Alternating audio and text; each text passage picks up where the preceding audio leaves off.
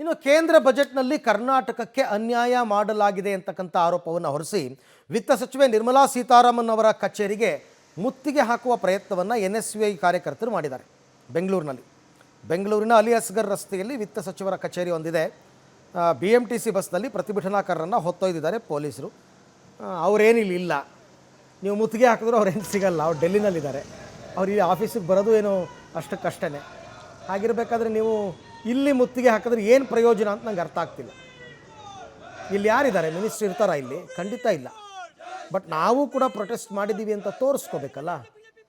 ಹಾಗಾಗಿ ಅವರೇನು ಮಾಡಿದ್ದಾರೆ, ಇವತ್ತು ನಿರ್ಮಲಾ ಸೀತಾರಾಮನ್ ಅವರ ಕಚೇರಿಗೆ ಮುತ್ತಿಗೆ ಹಾಕುವ ಪ್ರಯತ್ನವನ್ನು ಮಾಡಿದ್ದಾರೆ. ಅದಕ್ಕೆ ಪೊಲೀಸರು ಅವಕಾಶ ಕೊಟ್ಟಿಲ್ಲ.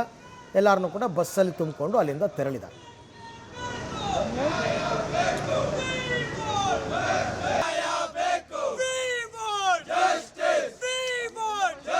ಜನವಿರೋಧಿ ಬಿಜೆಪಿ ಪಕ್ಷಕ್ಕೆ ಹೇಳಿ ಧಿಕ್ಕಾರ.